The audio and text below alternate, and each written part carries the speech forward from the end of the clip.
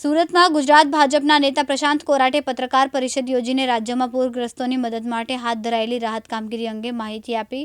નવસારી, વલસાડ અને ઉમરગામ સહિતના અસરગ્રસ્ત વિસ્તારોમાં રાશન કીટ, ધાબળા અને વિદ્યાર્થીઓ માટેની કીટનું મોકલવામાં આવી રહેવાનું કહ્યું.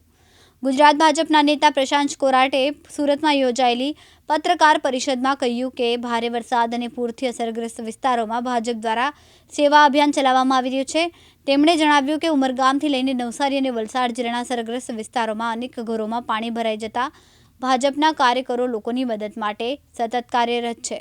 પ્રશાંત કોરાટના જણાવ્યા મુજબ અસરગ્રસ્ત વિસ્તારોની જરૂરિયાતને ધ્યાનમાં રાખીને નવસારી અને વલસાડ જિલ્લાઓ માટે અંદાજે 15,000 રાશન કીટ તૈયાર કરવામાં આવી. દરેક કીટમાં અંદાજે 15 કિલો જરૂરી સામગ્રીનો સમાવેશ થાય છે. આ ઉપરાંત બંને જિલ્લાઓમાં 5,000 ધાબળાનું પણ વિતરણ કરવામાં આવશે.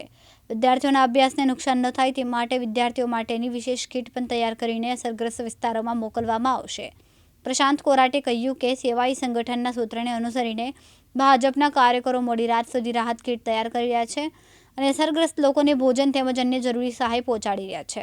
આજે પ્રદેશ ભારતીય જનતા પાર્ટીના યશસ્વી અધ્યક્ષ આદરણીય શ્રી જગદીશભાઈ વિશ્વકર્મા સાહેબ સુરત ભારતીય જનતા પાર્ટી મહાનગરના કાર્યાલયે અહીંયા આવ્યા છે. 2 દિવસનો એમનો દક્ષિણ ઝોનનો પ્રવાસ છે. ગઈકાલે વલસાડના ઉમરગામથી શરૂઆત કરીને ત્યારબાદ પારડી, વાપી, વલસાડ અને ત્યાર પછી નવસારી અને સાંજે સુરત ખાતે પહોંચીને જે દક્ષિણ ઝોનની અંદર જે રીતે વરસાદ ખૂબ પડ્યો અને ઘણી જગ્યા પર ઘણા લોકોને ખૂબ મુશ્કેલી પડી, ઘણી જગ્યા પર જે પરિસ્થિતિ થઈ છે વરસાદના કારણે કોઈના ઘરની અંદર પાણી ઘૂસી ગયું કે એ પ્રકારની પરિસ્થિતિની અંદર ત્યાં લોકોની વચ્ચે જઈને જે ભારતીય જનતા પાર્ટીના કાર્યકર્તાઓ એમની મદદે ગયા છે, કાર્યકર્તાઓનો ઉત્સાહ વધારવા માટે થઈને, અને જે લોકોને આ પરિસ્થિતિની અંદર જે દુઃખ પડ્યું છે એના સહભાગી થવા માટે, એમની વેદના સાંભળવા માટે એમની પાસે ગયા હતા.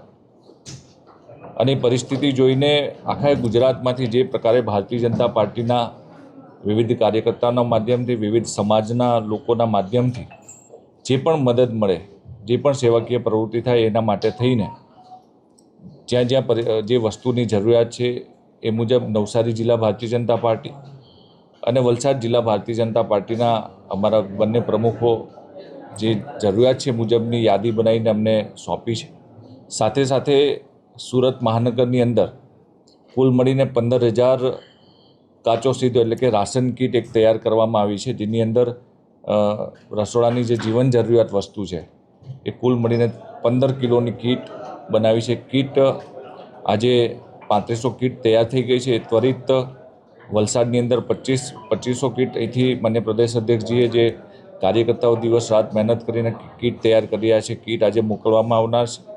અને નવસારી જિલ્લાની અંદર આજે 1100 કીટ અહીંથી મોકલવામાં આવનાર છે. ઘણી જગ્યા પર તાલપત્રીની જરૂરિયાત છે, ઘણી જગ્યા પર ધાબળાઓ અને સાથે કપડાની પણ જરૂરિયાત છે. એ બધી જ જરૂરિયાત જે કાર્યકર્તાઓ, જે સમાજના સેવાભાવી સંસ્થાઓ છે જે આપી રહ્યા છે એ મુજબ લોકોને પહોંચાડવાનો ભારતીય જનતા પાર્ટીના કાર્યકર્તાઓ પ્રયત્ન કરી રહ્યા છે. સુરતની અંદર સુરત જિલ્લામાંથી 5,000 કીટ આ પ્રકારની તૈયાર કરીને ત્યાં મોકલવામાં આવનાર છે.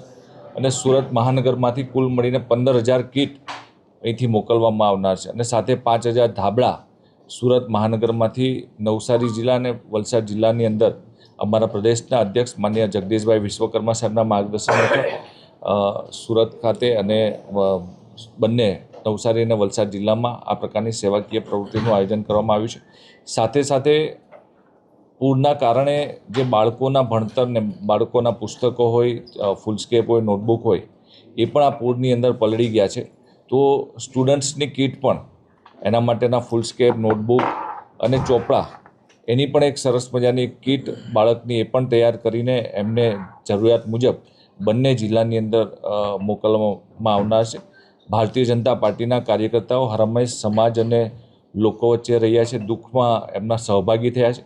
ત્યારે ભારતીય જનતા પાર્ટીનો જે મંત્ર છે સેવાહી સંગઠન, એ સાર્થક કરવા માટે બધા જ કાર્યકર્તાઓ ગઈકાલે મોડી રાત સુધી અહીંયા સુરત મહાનગર કાર્યાલયની અંદર ભારતીય જનતા પાર્ટીના કાર્યકર્તાએ કીટ તૈયાર કરી છે.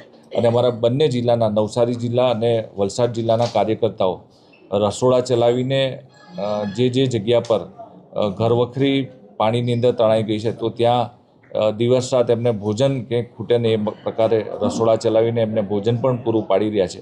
ત્યારે પાર્ટીના કાર્યકર્તાઓ અમારા પ્રદેશના અધ્યક્ષ આદરણીય શ્રી જગદીશભાઈ વિશ્વકર્મા સાહેબના માર્ગદર્શન હેઠળ એમના નેતૃત્વમાં કામ કરી રહ્યા છે. મુકેશ ગુરવ, દિવ્યાંગ ન્યૂઝ, સુરત.